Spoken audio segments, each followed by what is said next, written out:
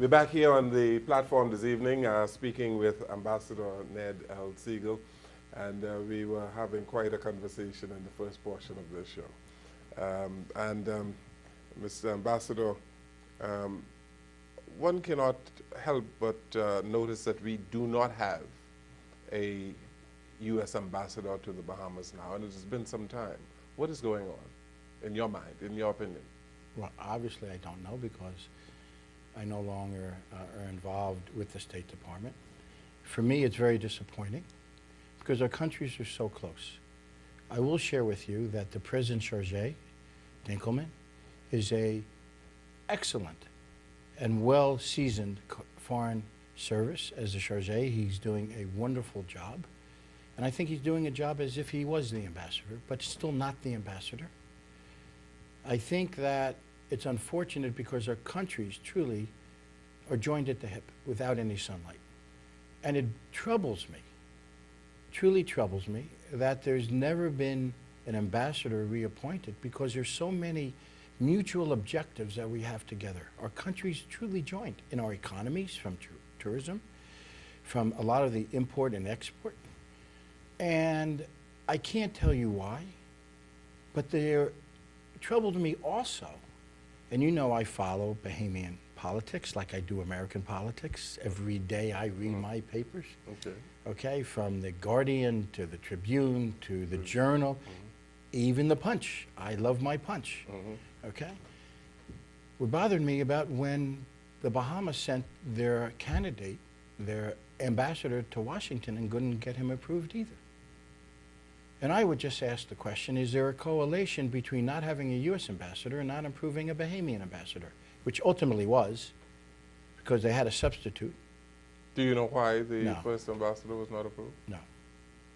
You out of the loop? I guess so. Okay, I see. Mr. Ambassador, perhaps we don't have an ambassador of the United States to the Bahamas because of the gridlock that you have in your Congress. It's said that your Congress from time to time has become dysfunctional. And as much as you tout American exceptionalism, you have difficulty passing simple laws, simple pieces of legislation.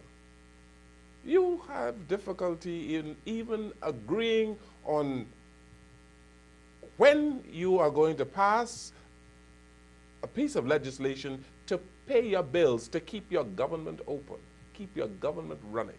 Is that American exceptionalism? I just think I sit here listening to how you present questions, and I really do think you should run for Parliament. No. So let me answer your question. Okay? It's not an issue in the Congress anymore because we no longer have the 60-member vote rule. There's no filibuster anymore. So President Obama could not get past many of his political appointees, and that no longer is the case. So for the next remaining 2.5 years, there can be some of that gridlock. Unfortunately, because there was gridlock, the president, or really Senator Reid, had to do something that otherwise would have stopped the running of the government. And I got to tell you, Republicans did it to the Democrats, and the Democrats do it to the Republicans, and it's wrong on both parties. It's not a Republican thing or Democrat thing. It's a spiteful thing to try to control appointees or negotiate, because what really happens is the stopping or the hold of a political appointee is for the purpose of negotiating something else that has nothing to do with the appointee. Understand, when I had to be approved by the Senate, it was a Democratic Senate, and Senator Kerry would not let me be heard before his committee because he had a fight with another ambassador that wrote checks to his Swift boat that was against him in a campaign, and he made it public. And he told President Bush, he called me. I got a message saying, I'm sorry, you're not going to be an ambassador. And if it wasn't for Senator Nelson, Senator Dodd, and Senator Biden that said, Seigel, You'll make a good ambassador. Let us figure out how to do that.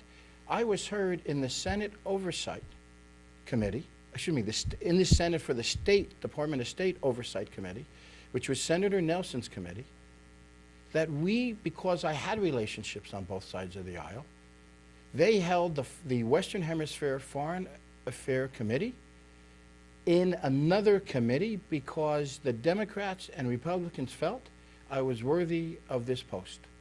That still happens.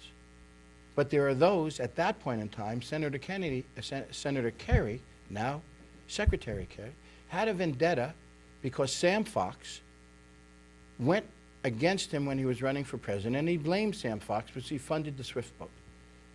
My point is, it never is what it appears to be sometimes. And it's unfortunate. Let me ask you, what damage has the Tea Party done to the American Congress? Congress or the Republican Party? Both. Well, I have to go back to America on Sunday. So I like living my life. I see. Okay, but I will answer the question anyway. We can give you permanent residency in the Bahamas, you know. I have to write a $500,000 check. Yes. I know. So. Just buy a house. That's true. Yes. Okay, so the Tea Party was a result of the McCain-Palin ticket, and that was a flawed ticket, as we know. And the Tea Party, unfortunately, in my, again, opinion, does more damage to the Republican Party and Congress because it goes after people who don't agree with them. And anytime you have any left or right part of a faction of the party that simply takes out people because they don't agree with them is not a healthy thing. It's horrible. And ultimately, a candidate, a Republican candidate, I hope, in 2016, as much as they need to bring the party under one roof, under one tent, very much like Reagan did, and you're never going to have another Reagan because the times aren't like this anymore. But it's got to be someone where the people trust, where they can heal the anger, because you got to understand what the Tea Party, a lot of the people are angry. They're angry because they don't feel they're being heard, because they're paying taxes, their rights are being violated. Whatever reasons they have for being in the Tea Party, I don't want to go over them. But if you listen to the tone of people, if you listen not with your head, but listen with your heart, and really understand what motivates and drives people in politics, we have to work together. They've made it exceptionally difficult for President Obama,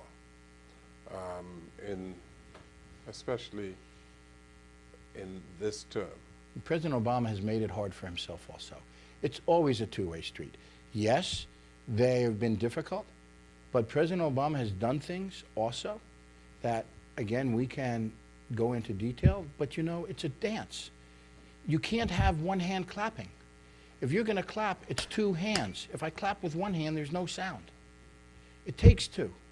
And I think the Axelrod and the Obama administration, this second term, realizes and has admitted the mistake they made during the first term by not interacting with Congress enough. Yes, but you had Republican leaders who met. Why do you, when I make an observation on Obama, why are you always going back to Republicans? Why are you attacking me? I'm your friend. You are my friend. Right. I'm just pointing out an observation. I'm just making an observation. Let me make the point. Your viewers will decide. Let me make the point. And the point is this, that you had people in the Republican leadership. When I say this, because you are a Republican. You're not ashamed to be a Republican. I'm proud of it. Okay. But you had people in the Republican Party who met and decided that they're going to make life difficult for this man so that he is a failure. Yes. How wrong is that? How wrong is it to say that my sole objective is to make sure you don't get reelected? Absolutely. When I was an ambassador and we had in my residence an election night, okay, he's my president too. I may disagree with his policies. So if I disagree with his policies, my role is to speak to my congressman and my senator, Republican and Democrat, to try to show why his policies are wrong. I remember being at your residence on the night of the election when Obama won. Yes. and you were quite a great host because you didn't show your politics at all. As an ambassador, I have no politics. As an ambassador, I am representing the government of the United States of America in your country. And politics do not have a place at all. Now, as a private citizen, I love my country. And I was so pleased to be able to serve my country here in the Bahamas. So, Wendell, all kidding aside, as you and I parry with each other, we agree on most issues. We may disagree on some approach or details, but so when you say to me, I agree with you, the reality is you can't act this way and get anything done. Yeah. Let's take a look at the global economy. The United States is, the level of unemployment is in decline.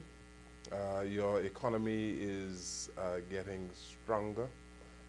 We don't quite feel it in the Bahamas. You will.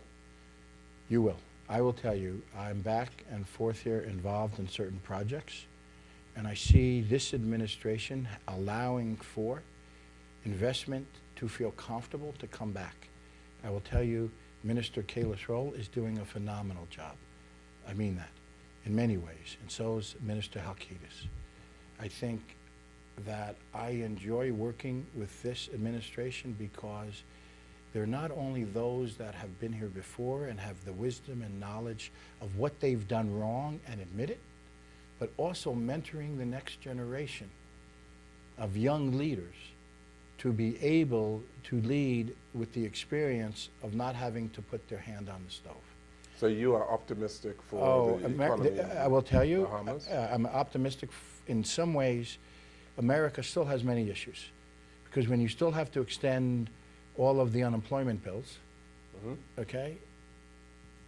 Yes, go on. It will roll over. I really believe in the next 6 months. And you have issues. You have issues regarding the VAT, and I'm not going to get into Bahamian politics, but there are things that you as a country have to bite the bullet and understand that if you do, you will thrive.